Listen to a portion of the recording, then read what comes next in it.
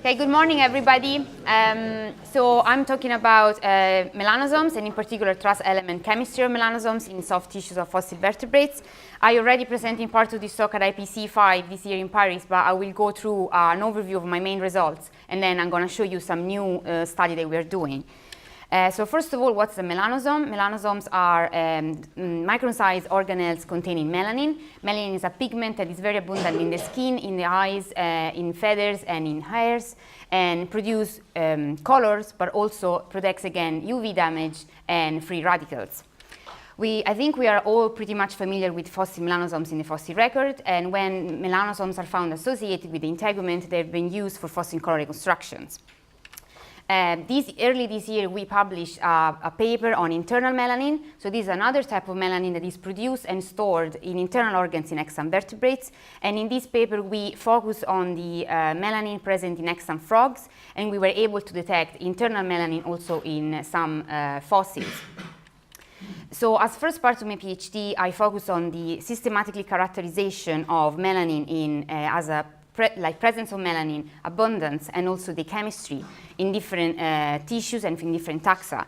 And after I've analyzed more than 200 tissue samples with a variety of techniques in 14 different extant species across all 4 main classes of vertebrates, I can tell you that internal melanin is actually abundant and is ubiquitous in all these tissues. So this is a key point because we need to investigate internal melanin in fossil record because we have the chance to find it as we found the melanin in the skin. Also, another point is that melanin in internal organs is never only eumelanin or pheomelanin. It's actually present at both of them as a mixture in all tissues. And another interesting fact is that amphibians and reptiles produce and store more melanin in internal organs than birds and mammals. This sounds very interesting, I think.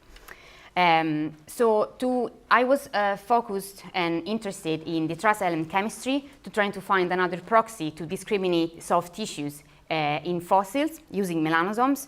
And to do so, I extract hundreds of, I extract melanin from hundreds of tissues and analyze the truss element chemistry at the synchrotron in the Stanford University facility. And I analyzed those data using a multivariate approach. So I use linear discriminant analysis that maximize the variation between groups. And you can see in this plot that not only we have a tissue-specific signal from different melanosomes from different tissues, but we also have a taxonomic-specific signal. And also, we found out that there are 3 main elements that are very important for the truss element chemistry of melanosomes, which are iron, calcium, zinc, and sometimes also copper.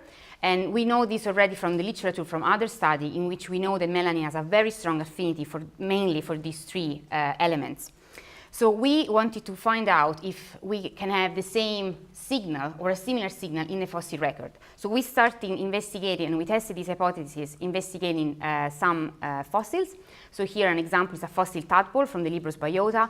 You can see that there is a very dark film around the body. It's very patchy in the tail, and it's very, for example, up here, it's very uniform and very dark, also here in the eye spot. And we took samples and we analyzed under the SEM, and we found melanosomes. Unfortunately, only this technique cannot really discriminate different tissue sources. So as far as we know, those could be melanosomes only from the skin, for example. So we decided to map the whole specimen at the synchrotron, and what we found is there is actually a striking differentiation in the chemistry of melanosome-rich soft tissues. So for example, if we look at the eye spot is very rich in zinc, but zinc is also present ubiquitous across the body. And also the eye spot is very rich in titanium, sulfur, and to a lesser extent manganese. And then we have this tissue up here, or this region of the body, which is particularly rich in copper and titanium. And those elements seem to be very concentrated in that specific area.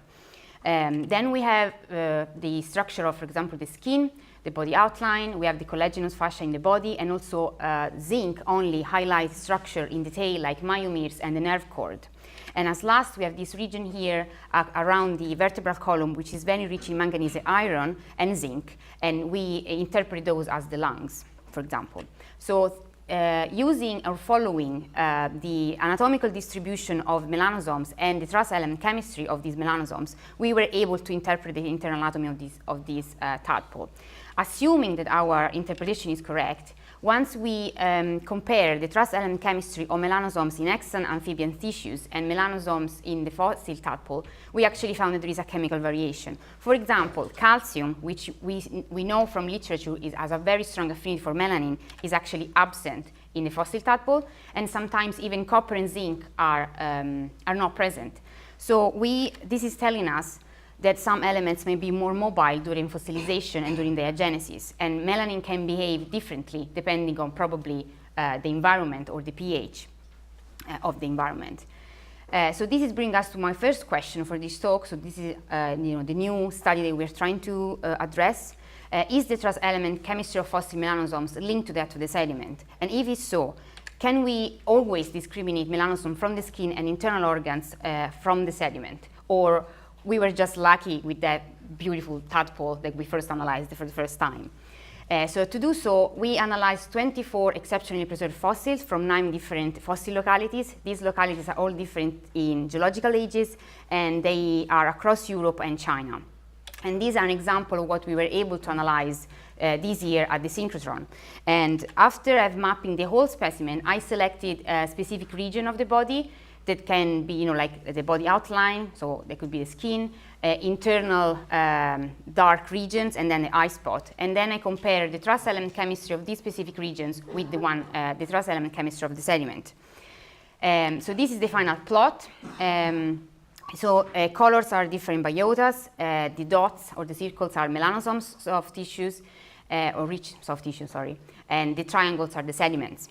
So you can see, for example, the melanosomes from the Libros biota, from the Libros specimen, they are particularly enriched in sulfur and zinc, and the same elements are not very abundant in the sediment, and there is a really good separation.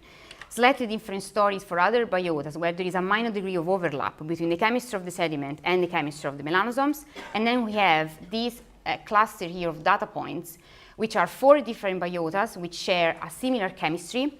And also, if you look just, for example, J-hole, the truss element chemistry of melanosomes is very similar to the truss element chemistry of the sediment. So this is, if this approach is correct, we can say that there is a link between the chemistry of the melanosomes and the chemistry of the sediment. But let's have a look at individual specimen. So here's just an example. We have a tadpole, 2 early amphibian from Germany, and then we have a Jurassic lizard from China. Once we mapped those at the synchrotron, we were actually able to identify striking differences in truss element chemistry, again, in melanosomes-rich tissues. So if we look, for example, at the eye spot, which is a region that is easy to identify in a fossil, we can see that there are the melanosomes in the eye spot are associated with different elements every time. So in the tadpole, we have titanium, for example, and in the 2 early amphibians from the same biota, once we have zinc and once we have manganese. So this is telling us this variation even between the same tissue. Another way to look at this data is going in detail using a bit of stats. And here we were able to identify, at least in the tadpole, 2 internal tissues, for example, the liver, which is very rich in copper, and maybe the kidney or the gut region, which are very rich in zinc. The eye spot, as we saw, is very rich in titanium and calcium. And then we have the skin that unfortunately overlap with the sediment almost completely. And this is because even if we have beautiful 3D melanosomes preserved, the thickness of the body outline, of the melanosomes in the body outline, is extremely thin. So we have a bit of signal from the sediment coming through the layer of the melanosomes. So that's why we don't have a really strong signal from the skin in this particular case.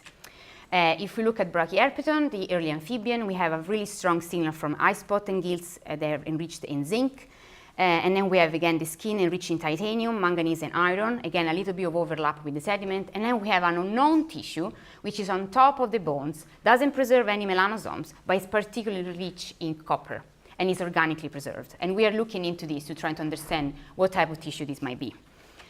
And then we have the Jurassic lizard, in which show 2 main signals, skin and internal organs. We don't have any more specific signal from internal organs, unfortunately.